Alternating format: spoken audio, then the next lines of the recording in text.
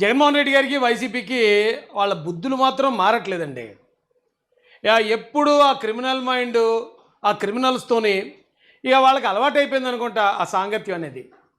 ఇప్పుడు ఫ్రెష్గా ఒక విషయం జరుగుతుందండి. టీజీ వెంకటేష్ గారు అబ్బాయి టీజీ భరత్ గారు వారిని విమర్శిస్తూ కొంతమంది వైసీపీ నుంచి కొంతమంది నుసుకొలిపారు. కారణం ఏంటో నాకు తెలియదు, కానీ ఎందుకంటే ఇది కర్నూలు మ్యాటర్. నాకు తెలిసినంత వరకు టీజీ భరత్ గారిని మొన్న కడప మహానాడులో కలుసుకున్నాను. ఆయన మాట్లాడే విధానం కానీ, ఆయన మనుషులకు విలువిచ్చే విధానం కానీ, అసలు అరే ఇంత సంపన్నులు కూడా ఇంత సింపుల్గా ఉంటారా అనే విధంగా ఉంటుంది వారితో. టీజీ వెంకటేష్ గారి గురించి నాకు తెలియదు, ఆయన సీనియర్ పొలిటీషియన్, వారిని ఎప్పుడు నేను కలుసుకున్నది కూడా లేదు.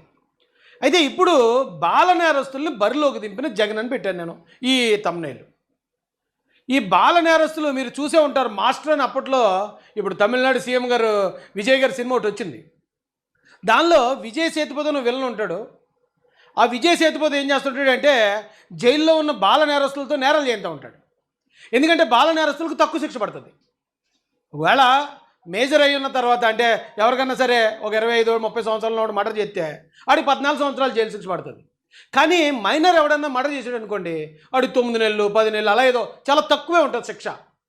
అందుకని అందులో విజయ్ సేతుపతి తెలుగు ఏం చేస్తుంటాడంటే ఇలాంటి బాల నేరస్తులతో పెద్ద పెద్ద నేరాలు చేస్తుంటాడు.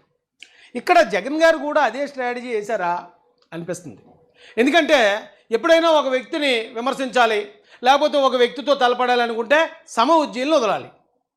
ఎందుకు చెప్తున్నాను ఇదంటే అండి, ఇప్పుడు టీజీ భరత్ గారు ఉన్నారు, ఆయన ఇప్పుడు మంత్రిగా ఉన్నారు రాష్ట్రంలో ఒక మంత్రి గారి మీదకి ఆయన్ని కౌంటర్ చేయడానికో విమర్శించడానికో పంపించాలంటే మీరు ఎవరిని పంపించి ఉండాలి? జగన్ గారు ఓ మిథున్ రెడ్డి గారిని పంపించి ఉండొచ్చు, పెద్దిరెడ్డి రామచంద్రారెడ్డి గారితో మాట్లాడించి ఉండొచ్చు, లేదా శ్రీకాంత్ రెడ్డి గారు అని ఉంటారు ఒక ఆయనతో మాట్లాడించవచ్చు, లేదా భూమన కరుణాకర్ రెడ్డి గారిని పంపించి ఉండొచ్చు. పంపిస్తే అరే ఇద్దరు సమూజ్జీ లేదా మాట్లాడుతున్నారని ప్రజలు కూడా ఇంట్రెస్ట్గా వింటారండి. అది వదిలేసి ఎవరిని పంపించారు మీరు? బైరెడ్డి సిద్ధార్థ రెడ్డి అని ఒక బాల నేరస్తుని పంపించారు. దీనివల్ల వైసీపీ ఇంకా అధపాతాళానికి పోద్ది కదా. ఏంటి గౌరవమైన వ్యక్తుల మీద కూడా ఇలాంటి వాళ్ళని వదులుతున్నారేంటి?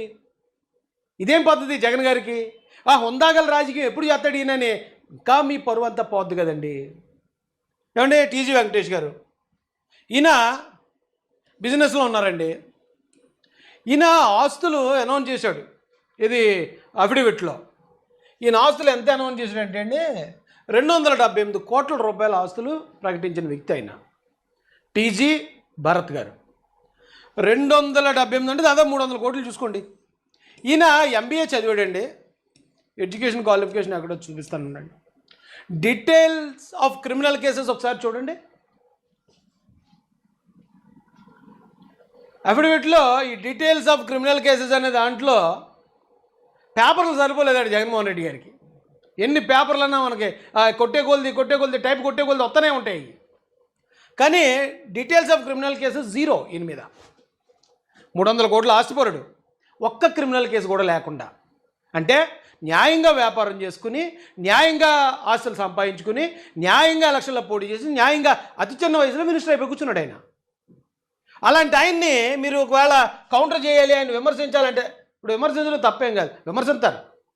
ప్రతి పార్టీలో, అధికార పార్టీలో ప్రతిపక్షాలు విమర్శిస్తాయి. కానీ ఒక స్థాయి ఉండాలి కదా మీరు ఒక మనిషిని అపాయింట్ చేసేటప్పుడు. ఎందుకంటే ఇప్పుడు బైరెడ్డి సిద్ధార్థ రెడ్డిని జగన్ గారు అపాయింట్ చేశారంటానికి నా దగ్గర ఉన్న సాక్ష్యం ఏంటంటే కంటిన్యూ సాక్షి టీవీ విలేకరు కెమెరా పట్టుకుని అతను వెనకాల తిరుగుతున్నాడు. సాక్షి టీవీని అపాయింట్ చేస్తారు. ఏం మాట్లాడినా సరే అది రిలీజ్ చేయి బయటికని. ఏమండి ఆ బైరెడ్డి సిద్ధార్థ రెడ్డి ఏం మాట్లాడాడు కూడా చెప్తాను. ముందైతే వీళ్ళిద్దరికీ వేరియేషన్ చెప్తున్నాను. టీజీ ఫ్యామిలీకి ఈ బైరెడ్డి సిద్ధార్థ రెడ్డి కొన్న వేరియేషన్ చెప్తాను. తర్వాత బైరెడ్డి సిద్ధార్థ రెడ్డి అసలు ఏం ఆరోపణలు చేశాడు, దానికి అతనే ఎలా బొక్కబోర్లా పడ్డాడు, ఇవి కూడా చెప్తానండి. టీజీ వెంకటేష్ గారు 1950లో పుట్టారటండి. భారతీయ వ్యాపారవేత్త, అతి సంపన్న కుటుంబం అట. సంపన్న కుటుంబం నుంచి వచ్చిన అతి కొద్దిమంది రాజకీయ నాయకులు ఆయన ఒకడు. చాలా పెద్ద పెద్ద కంపెనీలు ఉన్నాయి. రాజ్యసభ సభ్యుడిగా చేశారు, మంత్రిగా చేశారు. కిరణ్ కుమార్ రెడ్డి గారి హయాంలో మంత్రిగా చేసిన వ్యక్తి. వారి మీద కూడా నాకు తెలిసి ఎటువంటి క్రిమినల్ కేసులు ఉండవు. నేను అఫిడవిట్ చూడలేదు, కానీ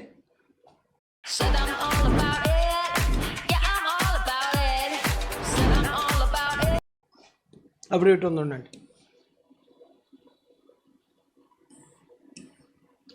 రాజ్యసభ సభ్యులు. ఇగో చూడండి ఇక్కడ డీటెయిల్స్ ఆఫ్ క్రిమినల్ కేసెస్లో ఒక కేసు కూడా లేదు దీని మీద కూడా.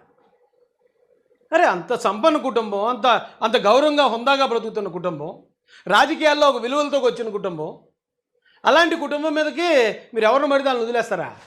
ఏది ఆ మాస్టర్ సినిమాలో విజయ్ సేతుపతిలాగా.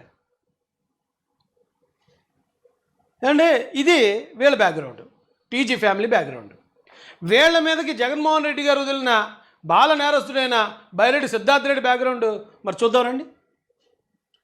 ఈయన ఒకడే కాదు, ఈడొకడు మిస్టర్ బిన్. నేను ముద్దుగా మిస్టర్ బిన్ అంటేనండి. ఈడు నోరు విప్పితే ఇక షర్మిలమ్మని, వైఎస్ రాజశేఖర రెడ్డి గారి కూతుర్ని అమ్మనా బూతులు తిట్టిని ఎదవేడు. ఈయన్ని అపాయింట్ చేశారు టీజీ వెంకటేష్ గారిని విమర్శించమని. ఏమండి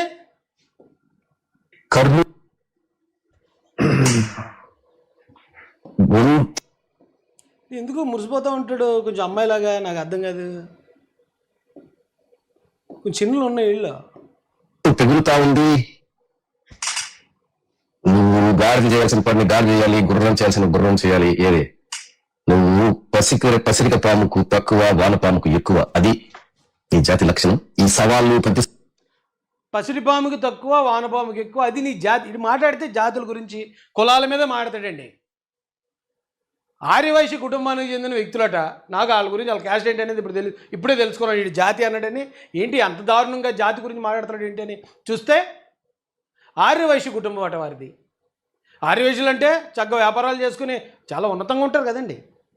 అలాంటి కుటుంబాన్ని ఇలాంటి ఒక ఊరకొచ్చి దీంతో మురిగించారు. నీ జాతి లక్షణం అది. నువ్వు వానపాముకి ఎక్కువ, ఇంకో పాముకు అంటే మీరు నెమ్మదోస్తులు అనే మాటని ఎంత హేళనగా మొత్తం ఆర్యవయసులందరినీ మరి జగన్మోహన్ రెడ్డి గారు ఇలా విమర్శించడం అనేది ఏమి న్యాయం అని అడుగుతున్నానండి నేను. సవాళ్ళు నీకు పనికిరావులే కానీ mister TG Venkatesh alkalis chemicals తయారు చేసుకొని కర్నూలు కాలుష్యం భ్రష్టు పట్టిస్తూ, అధికారుల్ని వ్యవస్థల్ని మేనేజ్ చేస్తూ, డబ్బులు ఇస్తూ బిజినెస్ చేసి అంత ఇంత సంపాదించిన తర్వాత రాజకీయాల్లో మక్కువ ఏర్పడి దమ్ము ధైర్యం రాదు. దమ్ము ధైర్యం ఉన్నోడికి, మీసాలున్నోడికి కాళ్ళు చేతులు పట్టుకొని, లేదంటే డబ్బులు సర్దుకొని బాబువారు అని. మీసాలు ఉన్నోడికి అంటే మీసాలు ఉన్నోడికి అప్పుడు అని ఉద్దేశం, కానీ ఇది మీసాలు లేదు.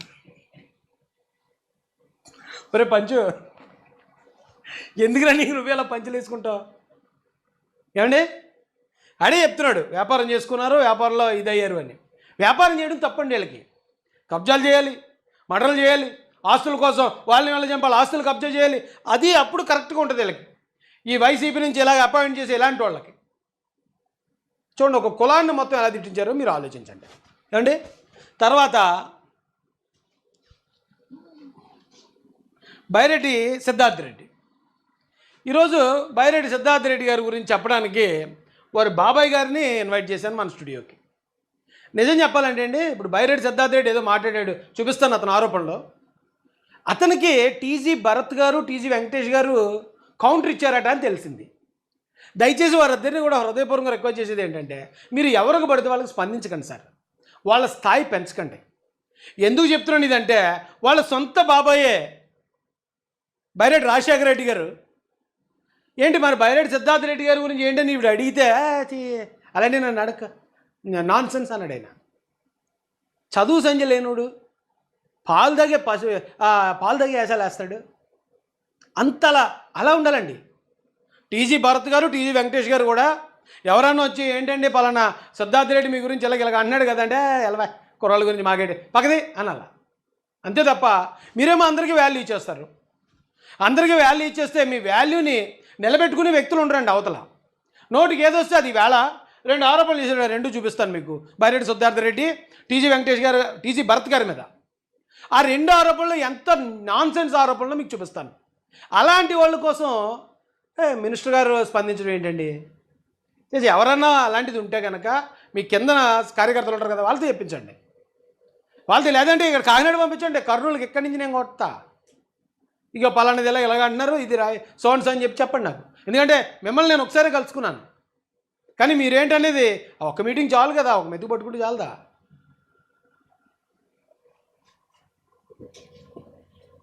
ఆ విషయంలోనే మీకు బైరెడ్డి సిద్ధార్థ్ రెడ్డికి క్లాష్ వచ్చింది. నాన్ సెన్స్ ఇవన్నీ క్లాష్ అయింది, వాంతో అయింది క్లాష్. పదే పదే అడగొద్దు. నాన్ సెన్స్, వాడితే నా క్లాష్ ఏంటి? పదే పదే అడుగుతున్నాడు నువ్వు. అసలు ఇన్సల్ట్ ఫీల్ అయిపోయాడు ఆయన.